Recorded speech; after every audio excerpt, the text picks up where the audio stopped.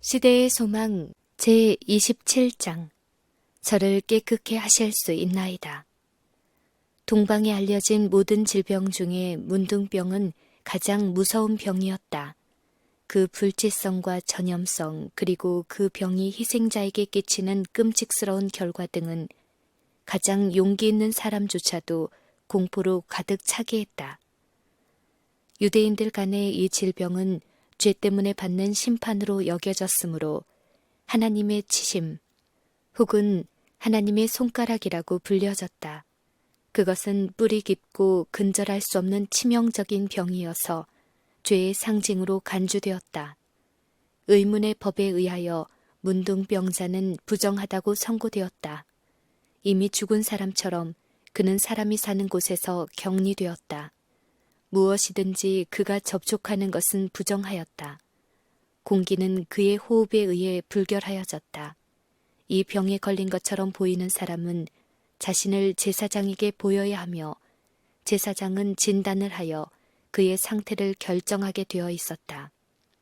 만일 문둥병이라는 선언을 받으면 그는 그의 가족에게서 격리되며 이스라엘 회중으로부터 끊어져서 자기와 같은 병에 걸린 자들과만 사귀도록 운명지어졌다. 그 법은 그 요구에 있어서 융통성이 없었다.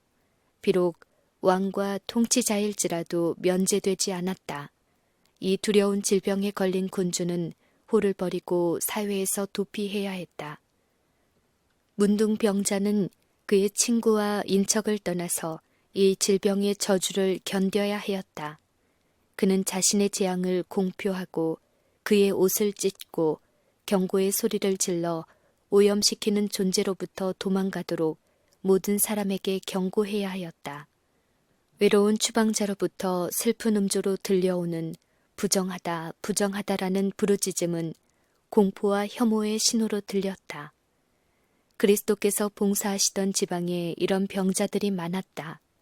그분의 사업에 대한 소식이 그들에게 이르러 한 줄기 빛나는 소망을 불붙여 주었다. 그러나 선지자 엘리사의 시대 이래로 이 질병에 결박된 자가 정결함을 입은 일은 한 번도 없었다. 그들은 예수께서 어떤 사람에게도 하지 않은 일을 그들을 위해 하시리라고는 감히 기대하지 못했다. 그러나 그 중에 한 문둥병자의 마음속에 믿음이 솟아오르기 시작하였다. 그러나 그 사람은 예수님에게 어떻게 접근해야 할지 몰랐다. 이웃 사람들과의 접촉을 금지당한 그가 어떻게 치료자 앞에 자기 몸을 내보일 수가 있을까? 그리고 그는 그리스도께서 과연 자기를 고쳐주실까 하고 의심하였다. 그분이 과연 하나님의 심판을 받아 고통을 받고 있는 자라고 여기는 자를 굽어보실까? 그분도 바리새인과 의사들과 같이 자기에게 저주를 선언하고 사람 사는 곳에서 도피하라고 하지 않을 것인가? 그는 예수님에 관하여 자기가 들어온 모든 것을 생각해 보았다. 그분의 도움을 구한 자 중에 한 사람도 그냥 돌아간 자는 없었다.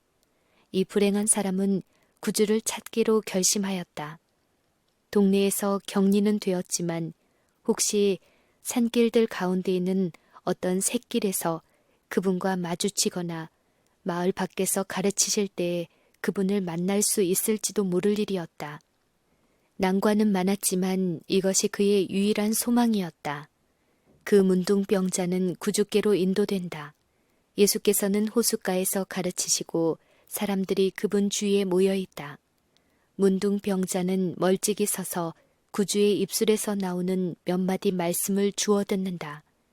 그는 예수께서 당신의 손을 앓는 자 위에 얹으시는 것을 본다. 그는 절름발이와 눈먼 자와 중풍병자와 기타 각색 질병으로 죽어가는 자들이 건강한 몸으로 일어나서 구원받는 것에 대하여 하나님을 찬송하는 것을 본다. 그의 마음속에 믿음이 강해진다. 그는 점점 모인 군중에게로 가까이 나아간다. 그에게 가해진 제한들, 사람들의 안전, 모든 사람이 그에 대하여 가지고 있는 공포, 이런 것들은 잊혀진다. 그는 치유에 대한 복스러운 소망만을 생각한다. 그의 몰골은 몸서리칠 만큼 처절하다. 그 병만은 무섭게 잠식해 있어서 그의 썩어가는 육체는 보기에도 두려웠다. 그를 보자 사람들은 무서워서 뒤로 물러난다. 그들은 그와의 접촉을 피하기 위하여 길을 쓰고 서로 밀쳐낸다. 어떤 사람은 그가 예수께 가까이 나가지 못하도록 막기 위하여 힘쓰지만 수포로 돌아간다. 그는 그들을 보지도 그들의 말을 듣지도 않는다. 그들의 혐오하는 표정은 그에게 보이지 않는다. 그는 오직 하나님의 아들만을 본다. 그는 죽어가는 자에게 생명을 말씀하시는 그 음성만을 듣는다. 그는 예수께로 달려와 그의 발 아래 자기 몸을 던지면서 이렇게 부르짖는다. 주여, 원하시면 저를 깨끗게 하실 수 있나이다. 내가 원하노니 깨끗함을 받으라고 하시며 예수께서는 그에게 당신의 손을 얹으셨다. 그 문둥병자에게 즉시 변화가 스쳐갔다. 그의 육신은 건강하게 되고 신경은 예민해지고 근육은 견고해졌다. 문둥병의 특징인 거친 비늘 모양의 표면이 사라지고 건강한 어린이의 피부색과 같은 불그레한 색이 그 자리를 대신하였다. 예수께서는 그 사람에게 이루어진 일을 알리지 말고 곧바로 예물을 가지고 성전으로 가서 몸을 보이라고 명하셨다. 제사장들이 검사를 하고 그 사람의 질병이 완전히 나았다고 선언하기까지는 이런 예물은 간합될 수 없었다. 그들이 이 의식을 이행하기를 아무리 원하지 않는다 할지라도 진단과 그 일의 결정을 회피할 수는 없었다. 성경의 말씀은 그리스도께서 그 사람에게 침묵할 것과 즉각적인 행동의 필요성을 얼마나 긴급하게 분부하셨는지를 보여준다. 엄히 경계하사 곧 보내시며 가라사대 삼가 아무에게도 아무 말도 하지 말고 가서 네 몸을 제사장에게 보이고 네 깨끗하게 됨을 인하여 모세의 명한 것을 드려 저희에게 증거하라 하셨더라. 제사장들이 이 문둥병자의 치유에 관한 사실을 알았다면 그리스도를 증오한 그들이 부정직한 판결을 내리게 될지도 모를 일이었다. 예수께서는 이적에 관한 어떤 소문도 그들에게 이르기 전에 그 사람이 성전에 가서 자기 몸을 내보이기를 원하셨다. 그래야 공정한 결정을 받을 수 있을 것이며 그 회복된 문둥병자는 가족과 친구들과 다시 한번 결합하도록 허락을 받게 될 것이었다. 그리스도께서 그 사람에게 침묵을 지키라는 명령을 하실 때 고려하신 다른 목적들이 있었다. 구주께서는 당신의 원수들이 늘 당신의 사업을 제한하고 사람들을 당신에게서 돌이키려고 힘쓰고 있다는 것을 아셨다. 예수께서는 문둥병자를 치료한 소식이 사방에 알려진다면 이 두려운 병에 걸린 다른 환자들이 그분의 주위에 모여들어서 사람들이 그들과 접촉함으로 말미암아 전염을 받을 것이라는 외침이 일어나게 될 것을 아셨다. 많은 문둥병자들이 건강의 선물을 그들 자신에게나 남에게 축복이 되도록 사용하지 않을 것이었다. 그리고 문둥병자들을 자신 주위에 이끌므로 그분은 의문의 법의 규약을 무너뜨린다는 비난을 받을 소지를 제공하는 것이 될 것이었다. 그리하여 복음을 전파하는 그분의 사업은 방해를 받게 될 것이었다. 그 사건은 그리스도의 경고가 옳았음을 나타냈다. 다수의 사람들이 그 문둥병자의 치유를 목격했으므로 제사장들의 결정을 몹시 알고 싶어 했다. 그 사람들이 자기 친구에게 돌아왔을 때 커다란 흥분이 있었다. 예수께서 주의하셨음에도 불구하고 그 사람은 자기가 나은 사실을 감추려고 더 이상 노력하지 않았다. 사실 그것을 감추기란 불가능하였을 것이지만 문둥병자는 그 사실을 사방에 공표하였다. 자기에게 이를 금지시키신 것은 다만 예수의 겸양에서 나온 것이라 상상하고 그는 이 위대한 치료자의 능력을 선포하면서 돌아다녔다. 그는 이런 모든 선전이 제사장들과 장로들로 하여금 예수를 죽이려고 더욱 단단히 결심하게 만든다는 것을 깨닫지 못하였다. 건강을 회복한 그 사람은 건강의 은혜가 매우 귀중하다는 것을 느꼈다. 그는 사람다운 활력을 되찾은 것과 그의 가족과 사회로 복귀된 것을 기뻐하였다. 그리하여 자신을 온전케 해준 그 의원께 영광을 돌리지 않는 것은 불가능한 일로 생각하였다. 그러나 이 사건을 소문낸 그의 행위에 의해 구주의 사업에 지장이 생겼다. 이 일로 너무나 많은 무리들이 떼지어 그분께 몰려왔기 때문에 예수께서는 당분간 당신의 활동을 중지할 수밖에 없으셨다.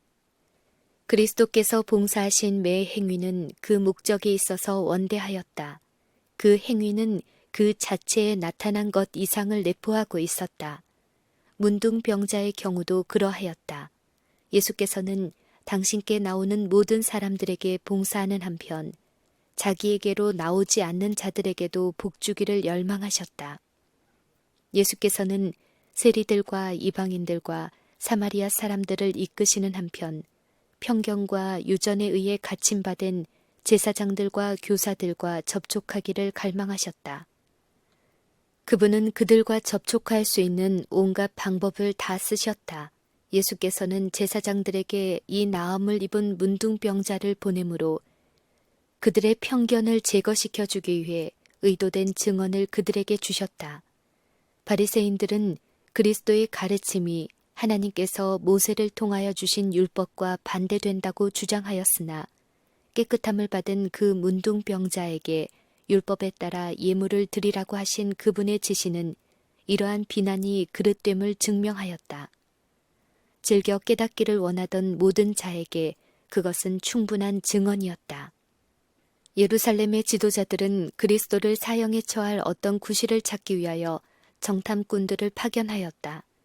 예수께서는 당신이 인류를 사랑하시며 율법을 존중하고 죄와 사망에서 건져낼 권세를 가졌다는 증거를 그들에게 보이심으로써 응대하셨다. 그분은 그들에 대하여 이와 같이 증언하셨다. 저희가 악으로 나의 선을 갚으며 미워함으로 나의 사랑을 갚았도다. 산상에서 너희 원수를 사랑하라는 교훈을 주신 그분께서는 악을 악으로 욕을 욕으로 갚지 말고 도리어 복을 비심으로써 그 원칙을 몸소 수범하셨다. 그 문둥병자를 추방하도록 선고한 바로 그 제사장들이 그가 나은 것을 확인하였다. 공적으로 선언되고 기록된 이 선고는 그리스도를 위한 하나의 현저한 증언이었다.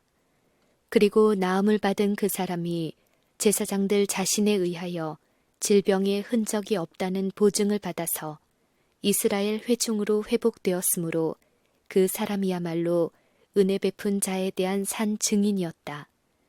그는 기쁘게 예물을 드리고 예수님의 이름을 찬양하였다. 제사장들은 구주의 신적인 능력을 확신하였다. 그들에게 진리를 알고 그 빛에 의해 유익을 얻을 기회가 허락되었다. 거절하면 그 기회는 지나가 버리고 다시는 돌아오지 않을 것이었다. 많은 사람들이 그 빛을 거절하였으나 헛되이 주어진 것은 아니었다. 많은 사람들이 얼마 동안은 아무런 표시도 하지 않았으나 마음에 감동을 받았다. 구주의 생애 동안 그분의 사명은 제사장들과 교사들에게 사랑의 응답을 거의 불러일으키지 않은 듯이 보였으나 예수께서 승천하신 후에 허다한 제사장의 무리도 이 도에 복종하였다. 문둥병자를 그 무서운 질병에서 깨끗게 한 그리스도의 사업은 영혼을 죄에서 깨끗게 하시는 그분의 사업에 대한 예증이다. 예수께 왔던 그 사람은 온몸에 문둥병이 있었다. 그 병의 무서운 도끼가 그의 온몸에 스며들었다. 제자들은 그들의 주께서 그와 접촉하시지 않도록 막으려고 힘썼다. 왜냐하면 문둥병자를 만진 사람 자신도 부정하게 되기 때문이었다. 그러나 예수께서는 당신의 손을 문둥병자에게 댔지만 불결하게 되지 않으셨다. 그분의 접촉은 생명을 주는 능력을 나누어 주었다. 문둥병은 깨끗해졌다. 뿌리 깊고 치명적이며 인간의 능력으로는 정결케 될 수 없는 죄의 문둥병도 이와 같다. 온 머리는 병들었고 온 마음은 피곤하였으며 발바닥에서 머리까지 성한 곳이 없이 상한 것과 터진 것과 새로 맞은 흔적뿐이다. 그러나 인류 가운데 거하기 위해 오신 예수께서는 더럽힘을 받지 않으셨다. 그분의 임재는 죄인에게 치료의 효능이 된다. 누구든지 그분의 발 아래 엎드려서 주여 원하시면 저를 깨끗게 하실 수 있나이다 라고 믿음으로 말하면 내가 원하노니 깨끗함을 받으라는 대답을 들을 것이다. 어떤 치유에 있어서 예수께서는 구하는 축복을 즉시로 허락하지 않으셨다. 그러나 문둥병은 호소하자마자 그 요청이 수락되었다. 우리가 세상의 축복을 위하여 기도할 때 기도에 대한 응답은 지체될 수도 있고 혹은 하나님께서 우리가 구하는 것 아닌 다른 어떤 것을 우리에게 주실 수도 있으나 우리가 죄로부터의 구원을 간구할 때에는 그렇지 않다. 우리를 죄에서 깨끗게 하여 당신의 자녀로 삼으시고 거룩한 생애를 살 수 있도록 하시는 것이 그분의 뜻이다. 그리스도께서 하나님, 곧 우리 아버지의 뜻을 따라 이 악한 세대에서 우리를 건지시려고 우리 죄를 위하여 자기 몸을 들이셨다. 그리고 그를 향하여 우리가 가진 바 담대한 것이 이것이니 그의 뜻대로 무엇을 구하면 들으심이라. 우리가 무엇이든지 구하는 바를 들으시는 줄을 안즉 우리가 그에게 구한 그것을 얻은 줄을 또한 아느니라. 만일 우리가 우리 죄를 자백하면 저는 미쁘시고 의로우사 우리 죄를 사하시며 모든 불의에서 우리를 깨끗게 하실 것이요. 가버나움에서 중풍병자를 고치실 때 그리스도께서는 동일한 진리를 다시 가르치셨다. 이 이적이 행해진 것은 죄를 용서하시는 당신의 능력을 나타내시기 위함이었다. 그리고 그 중풍병자를 고치신 일은 또한 다른 귀중한 진리들을 예증하고 있다. 그 사실은 소망과 격려로 차 있으며 트집 잡는 바리새인들과 관련시켜 볼 때 그것은 또한 경고의 교훈을 담고 있다. 문둥병자와 같이 중풍병자도 회복의 모든 소망을 상실했었다. 그의 질병은 죄악된 생활의 결과였으며 그 고통은 양심의 가책에 의해 더욱 심해졌다. 그는 정신적인 고민과 육체적인 고통에서 벗어나기를 바라면서 이미 오래전에 바리새인들과 의원들에게 애원하였다. 그러나 그들은 냉정하게 그의 병은 불치라고 선언하고 하나님의 진노에 맡겨 버렸다.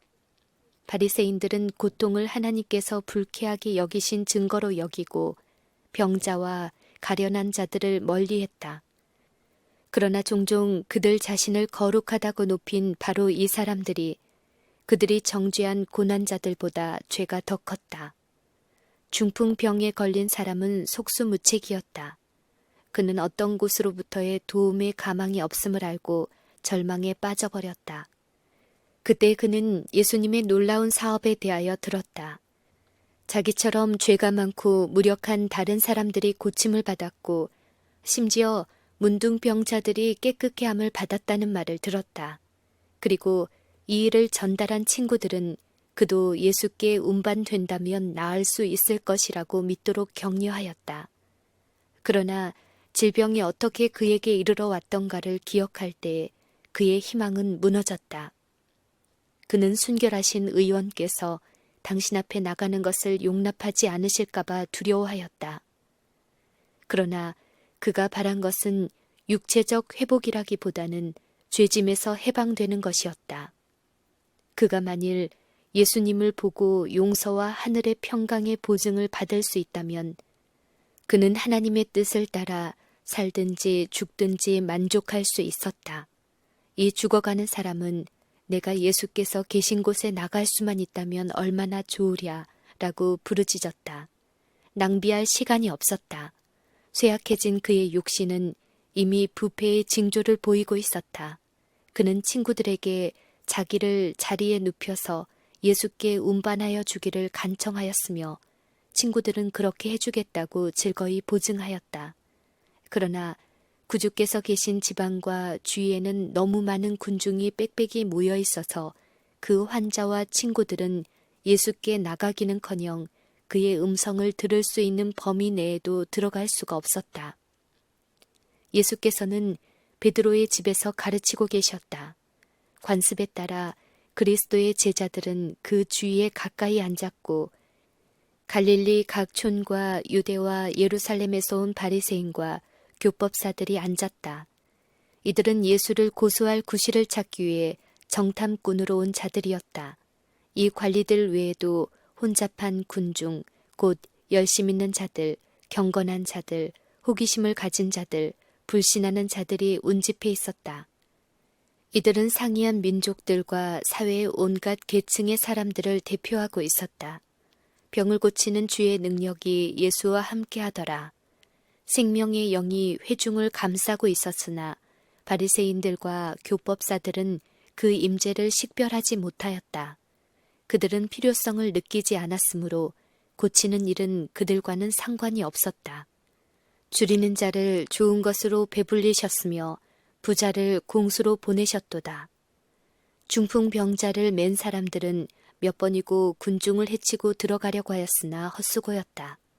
그 병자는 말할 수 없는 고통으로 자기 주위를 둘러보았다. 갈망하던 도움이 이렇게 가까이 있는데 어떻게 소망을 포기할 수 있겠는가.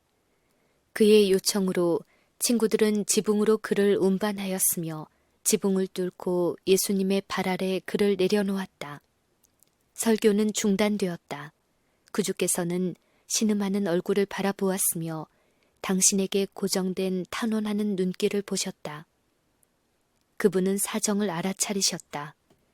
그분은 이 당황하고 의심하는 심령을 당신께로 가까이 이끄셨다. 중풍병자가 아직 집에 있을 동안에 구주께서는 그의 양심의 죄를 깨닫도록 하셨다.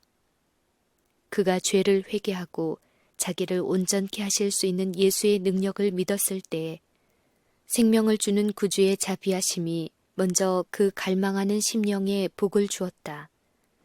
예수께서는 최초의 희미한 믿음의 빛이 그분이 죄인에게 도움을 주실 수 있는 유일한 분이라는 믿음으로 자라는 것을 주시하셨으며 그 믿음이 당신 앞에 나아오고자 노력할 때마다 더욱 강하게 자라나는 것을 보셨다. 이제 구주께서는 환자의 귀에 음악과 같이 들리는 말씀으로 소자야 안심하라 내 죄사함을 받았느니라 라고 말씀하셨다. 절망의 짐이 병자의 심령에서 떠나고 용서와 평강이 그의 마음에 임하고 그의 용모를 환히 비춘다. 육체적 고통이 사라지고 온몸은 변화된다. 어찌할 수 없던 중풍병자가 나음을 입는다. 죄인이 용서를 받는다. 그는 단순한 믿음으로 예수님의 말씀을 새 생명의 은혜로 받아들였다. 그는 더 이상 요청하지 않고 행복한 침묵 속에 누워 있었다. 말로 표현하기에는 너무나 행복하였다. 하늘의 빛이 그의 용모를 비췄으며 사람들은 경외심으로 이 광경을 바라보았다. 라피들은 그리스도께서 이 사건을 어떻게 처리하시는지 보기 위해 궁금히 여기면서 기다렸다. 그들은 이 사람이 그들에게 도와달라고 호소한 사실과 그들이 그에게 소망과 동정을 거절한 사실을 회상하였다. 그들은 이것에 그치지 않고 그가 죄 때문에 하나님의 저주를 받고 있는 것이라고 선언했었다. 그들 앞에 있는 이 환자를 보았을 때 이런 일들이 생생하게 그들의 마음에 떠올랐다. 그들은 모든 사람이 이 광경을 관심을 가지고 주목하고 있음을 느끼고 사람들에 대한 그들 자신의 영향력이 상실되지는 않을까 하는 두려운 공포를 느꼈다.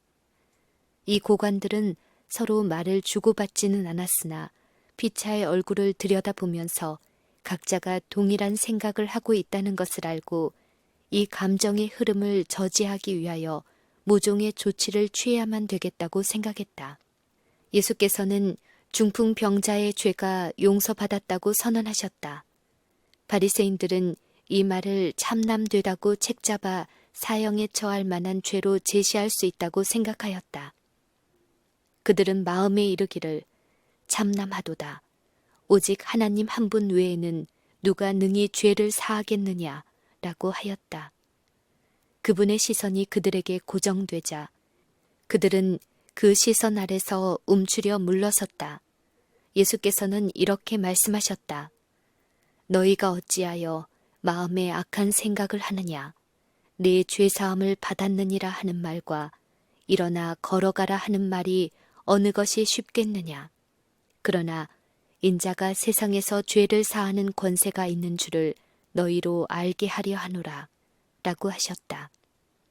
예수께서 중풍병자를 향하여 일어나 네 침상을 가지고 집으로 가라고 말씀하셨다. 그러자 들것에 실려서 예수께 왔던 그가 젊음의 탄력과 능력을 가지고 제 발로 일어섰다. 생명을 주는 피가 그의 혈관을 통하여 약동하였다. 신체의 모든 기관이 갑자기 활동하기 시작하였다. 건강한 혈색이 죽음에 접근하고 있던 창백함을 이어받았다. 그 사람이 저희 앞에서 곧 일어나 그 누웠던 것을 가지고 하나님께 영광을 돌리며 자기 집으로 돌아가니 모든 사람이 놀라 하나님께 영광을 돌리며 심히 두려워하여 가로되 오늘날 우리가 기이한 일을 보았다 하니라. 죄지은 자와 고통당하는 자들을 고치기 위하여 몸을 굽히신 그리스도의 놀라운 사랑이여. 고통당하는 인류의 불행을 슬퍼하고 위로하시는 신성이여. 오, 인간 자녀들에게 이와 같이 나타난 기이한 능력이여. 누가 구원의 기별을 의심할 수 있을까?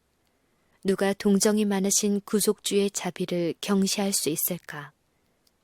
그 썩어가는 육체에 건강을 회복시키는 일은 창조의 능력 못지않은 능력을 요구하였다. 땅의 흙으로 만든 사람에게 말씀으로 생명을 주신 그 같은 음성이 죽어가는 중풍병자에게 생명을 선언하셨다. 그리고 육체에 생명을 주신 그 같은 능력이 마음을 새롭게 하였다.